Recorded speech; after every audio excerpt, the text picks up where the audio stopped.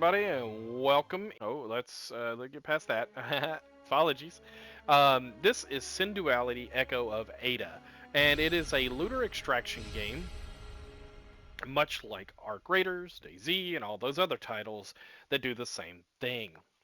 And essentially, what you're doing is trying to loot gear, or goop as the community is coming to call it, and get your hands on a lot of the stuff that you would like to have so that you can build things. For example, you have an item shop where you can purchase the roughest, most upgraded gear that can help you get things started before you get into the better gear.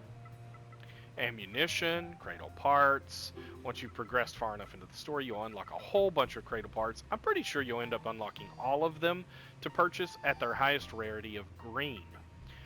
The rarities are white, green, blue, purple, and yellow. I do not know if there's a red in this game, but typically there is in most games. You also have excavators, which is basically just a giant drill. Consumables, these are your green ones are potions, blue ones are resistance. You have hand grenades, landmines, fire grenades, and smoke grenades. You also have a lot of your raw component materials to build mechs with, but we'll get into that later. And outfits for your Magus. Who is your Magus? This person who walks around your base and does all kinds of weird things. Cleans, plays video games, watches TV, reads books, all kinds of stuff all around. You end up with a collect resources section where you can collect your daily supplies. You can collect your insurances, which will allow you to recover money from being destroyed on past missions. And then you have your withdrawal money piggy bank every day, which when you withdraw, your Magus will smash the pig. It collects continuously every day, has a 24-hour countdown, and caps off depending on the upgrade status of the pig. Next is your request section, where you have requests from the various governments that are trying to restore the world back to its original glory. And then you have story mode missions, which will help you understand exactly what happened to the world and how did this all end up being the way it is. You'll have audio logs, cinematics, and comic strips, so be warned, it's kind of a wild ride. You have the remodel. This is pretty important too. So overall, remodeling allows you to see what all has been done in upgrades to your base, your bathroom, your mech building area, your construction zone, your mech storages, your living space, etc., etc. It goes on and on. It's quite a list too. 4 here, 5 or 6 here, and then a whole bunch over here. So, as you can see, there's plenty to do, a lot of stuff to keep you busy, and not really much downtime at all. You have your station where you can craft things such as cradle parts higher rarity. This is where you go to get your blues and purples and yellows and all that good stuff. You can craft all the stuff that you can buy in the shop for the most part, except for a few minor items, and so on and so forth. Your Magus area where you can check the wardrobe, change them out, cleaning, status, emote settings, and remake orders. Furthermore, you can have more than one Magus by upgrading your license as a Magus driver. There's the collection area, which gives you even more information on what happened to the past, and different materials, information on how it all went down. And then you have your shop area where you can buy stuff for real money. Furthermore, when you're sortie prepping, you have your Magus down here in the bottom middle section. You have your primary weapon, secondary weapon, and your excavator arm. Your mech body, your mech arms, and your mech feet. You can interchange body parts, or you can be a purist like myself and only run one type straight from head to toe. You also, early in the game, have a pit section of 2, allowing you to make 2 builds. Typically, people refer to them as their fighter build and their farmer build, or gooper build. Goop has become the street term for loot, rewards, so on and so forth. Typically, you'll see a lot of your fighters have more combat-oriented style mech, while your looters tend to be more of being able to carry a lot of excess weight and high energy. To break that down, we will go into the details. You'll see here the stats here are durability, weather resistance, output, activity time, and then a description. If you hit the trigger or whatever it is that it says on your whatever it is you're playing on, you'll see where it says all the stats, the names, etc., etc., and it shows you their durabilities and all of that. Durability is the amount of damage and armor that your mech carries. Weather resistance is how long you can stay out in the weather before it starts affecting you. Output is your energy from your battery, and it's also your weight limit from what I have gathered. And then your activity time shows you how long that battery stands and what your buffs are there. So 561 plus 51, 855 plus 77, 8525 plus 775. You see the point, right? You can increase your stats by having certain mechs, certain rarities, and so on and so forth. If you look at your weapons, you can see all your stats on it. Basically, just get this rarity bar as high as you can get it. You have your healing potions, repair kits. You have your durability increasers, sealing kits. You have your heavy energy, light ammo, heavy ammo, shotgun shells ammo, and then special ammos. These require you to be in weather conditions in order to refill the ammunition for them. For example, the sunlight thrower wants you to be in sunlight, and the weird looking watery acid one wants you to be in the rain. Normally the rain's bad for you, but that's one rare occurrence where it can be good for you.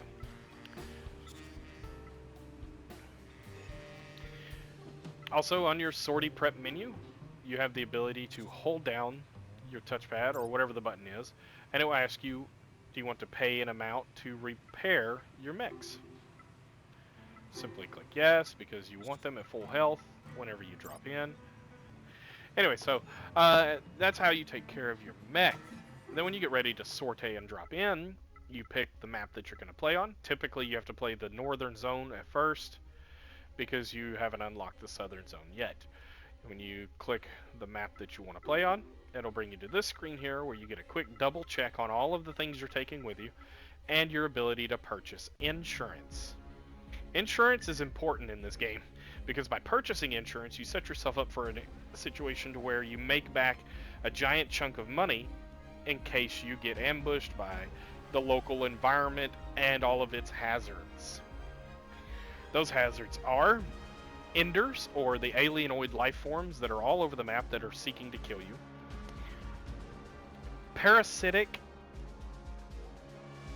cradles, which are cradles that have been defeated in the past and are laying in areas that are highly infested with the waters and energies of the AO crystals, and therefore have become basically empty husks that will attack you and try to kill you. Bandits, yes, bandits that live in these mechs on the surface, and they just run around looking for Magus hunters, running around for Magus users to kill them and then steal your Magus. And then on top of all of that, you have weather conditions that can do damage to you as well, such as rain and lava. Then, the biggest one of all, players. When you go over to request and you click the corresponding button, it'll bring up this list. It'll show you the top 100 all the way from first position players that are benevolent and follow the rules and typically tend to be very nice. They are noticed by the symbol of the wings with the olive branches and all that behind them. But if you click it again, it'll take you to the black market players. These are the players who look for other players to kill actively. Every time they go out, they look for other players to kill. It's like their big dream, their goal. That's all they want to do. They just want to run around killing other players.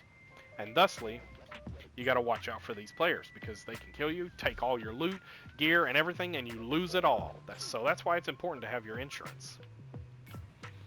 Furthermore, when you do drop into matches,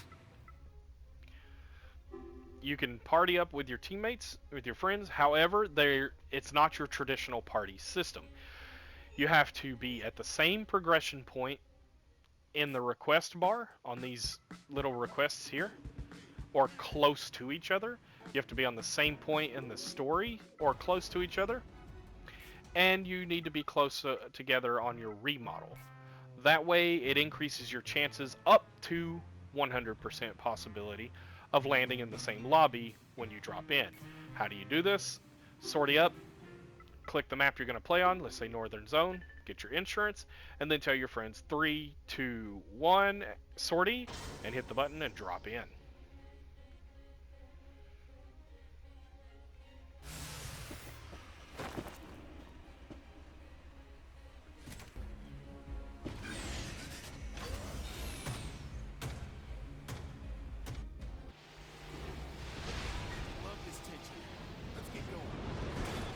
Upon dropping into the world, there's a chance that you could jump out straight into rain or sunfall. Just depends. Sunfall's nice, rain is not. Typically what you want to do is you want to immediately check the map and ask your friends, okay, do you see a bandit lord over here on the far left or a Magus Hunter Noble in the water intake facility? And if they say yes, and then you're like, alright, cool, where are you? And they tell you. Then you'll be able to meet up with each other. You'll be able to hold your emote button, and you'll see right there at the top, request cooperation. That'll team you up, and it'll give you a bonus mission somewhere on the map to go deal with. And then on top of that, it'll also give you some the chance to party up together and go do stuff. Say, for example, hunting that Magus Hunter Noble together, and etc., etc. It allows you to stack together and try to play the game in a different way than usual. Allows you to farm more stuff and everything. Also, you have a scanner. When you pop the scanner, it'll show you on the minimap where your crystals around you are and how far away they are, etc. And allow you to do stuff. You can also check your missions, and it will show you different areas where you can achieve your missions and do the things you need to do. Whenever you're taking damage from the rain, it does not go straight to your HP first. Instead, it goes over to your resistance bar. You'll see the blue bar starts counting down, ticking down from the damage. It shows you exactly what's happening. You'll go around, drill these crystals, and when you drill these crystals, it lights you up on the mini-map and on the regular map. Super brightly and annoying. Which lets other local mechs in the area, whether it be bandits or players, know where you are, if they're nearby. So essentially, you got to be careful, and you got to try to pace yourself on the farming so that you don't overexpose yourself to players who like to jump other players. Occasionally, you'll come across crystals of higher output. They take a little longer to drill, but they give you a higher reward in return.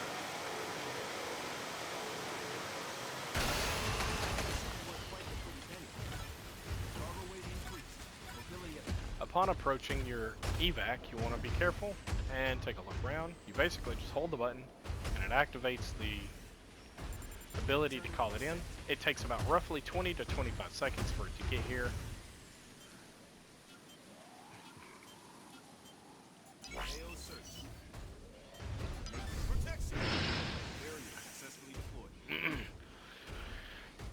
This is the most vital moment where you got to be careful because you can easily get jumped by players who could end up ruining your overall experience. So make sure that you stay on your toes and keep yourself well guarded and ready to go. A strategy that you'll see a lot of players do, they sit on top for about 15 seconds, roughly just short of that, and then they drop in and dash forward to land inside, keeping themselves mostly safe with a little bit higher percentage chance of succeeding the evac. Up next is this process by which it does a recap on your run and it shows you what all you did. You can speed it up if you want to skip through it all for the most part, or you can watch it in regular motion. It's really your choice. And it'll show you how much you made off of all the stuff that you looted, crystals wise, and so on, and bounties, etc., etc. And then it'll give you a quick summary of what all you managed to loot during the run, so that you can see what all you got to bring back home to put into your building and crafting to make better gear and better mechs. Let's also see what progress you made. Then it'll do your Drifter Pass progression, which is like a battle pass that gives you really cool gear and really cool rewards. And now finally I want to talk about the last part of this video segment, and that's that what they should change to help this game's popularity do better. Because it's still trying to recover from some hate flack that has kept it from really succeeding in the way that we want it to as a community. First and foremost, they need to add an engine to where we can party up with our teammates, our friends. Let's say party up in teams of 3 preemptively with a 4th slot open, so that way if you run across somebody or another friend out in the open world, you can just shoot them a request the same way we showed and join up together in a team of 4. If you join up in a team of 4, let's say that if you do this, it opens up the next level of difficulty and a boss on the map. I would say 1 to 2 players. It's the basic, default difficulty. Not that big of a change at all. Then the 3 players, it opens up the next level of boss. We'll say, like, it's a bigger boss or it's multiple bosses. And once you beat them, you get really cool loot, really cool bounties and rewards. And if you team up in a team stack of 4, then it opens up the big boss, the big monstrosity on the map. And all the people in the area can come together and fight it, or just you 4. And, basically just like, fight it to the best of your ability. Hopefully nobody betrays each other, that kind of situation. And you get a lot of neat rewards out of it. The next thing I would definitely change is change some of the weights, like hand grenades and landmines. Make it to where you don't carry 5 in a stack, but reduce the weight by a percentage, say 10 to 15%. Furthermore, make it to where insurance, instead of it just giving you back a chunk of money, make it to where it's when you buy insurance, you have a percentage chance of getting back any and or all of the gear that you insured. So let's say I insure my body, legs, arms, both my weapons, and my drill arm. I run out and I get ambushed by a black market player. I get destroyed. Well, okay, so I get back to base and it tells you, good news, the insurance managed to salvage your body, your legs, and one of your guns. Or something like that. You'd be like, all right, cool. That means that, I don't have to start from scratch all over again. I have a little bit to run off of and a little bit to work with.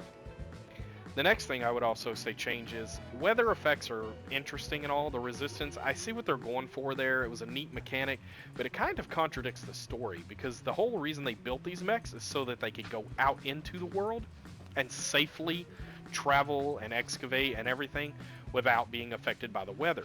Yet they are affected by the weather. I feel like it's a contradiction within the game's storytelling itself, and it just needs to be changed. I would say take resistance out and put shields on the mechs. Start the shields out based upon the rarity of the mech. So instead of the mech determining what the shield is, it's strictly just the rarity. That way, whites have like 150 shield, blue or green has 250 shield, blue has 350 shield, purple has 500 shield, and then yellow has 1,000 shield. This will also open the door to a better pairing engine, making it to where players who have certain gear get thrown into lobbies with matching or close to gear. That way, it feels more balanced in the fights, it feels more correct. It feels like you're actually in an atmosphere where you would belong, both aggressively and non-aggressively.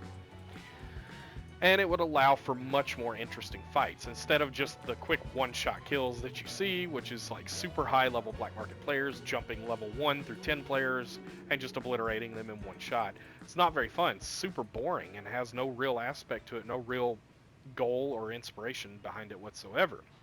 But if you pair them up against each other, they're going to be playing on a much higher level. They're going to be playing people of equal skill level, and they're going to be having more of a challenge, which is going to keep their interest in the game alive.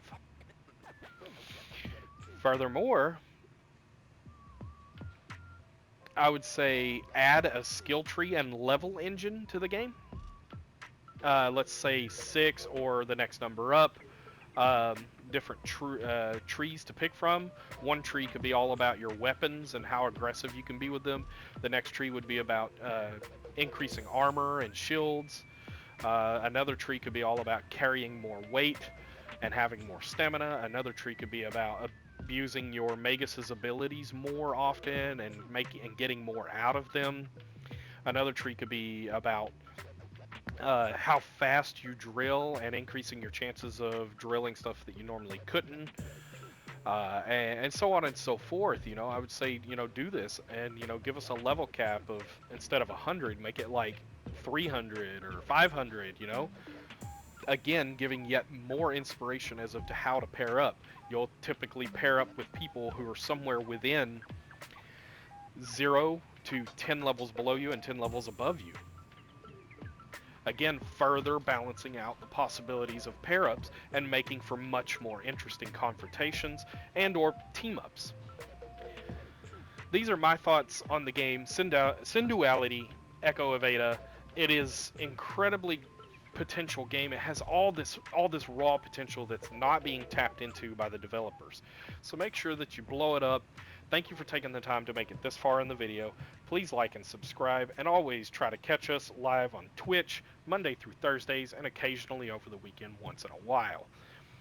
Typically, I'm a late night streamer. I just wanted to get this video out there now that I have put in 50 hours of gameplay into the game, and I have a much better grasp and understanding of what the game is and how to be better at it.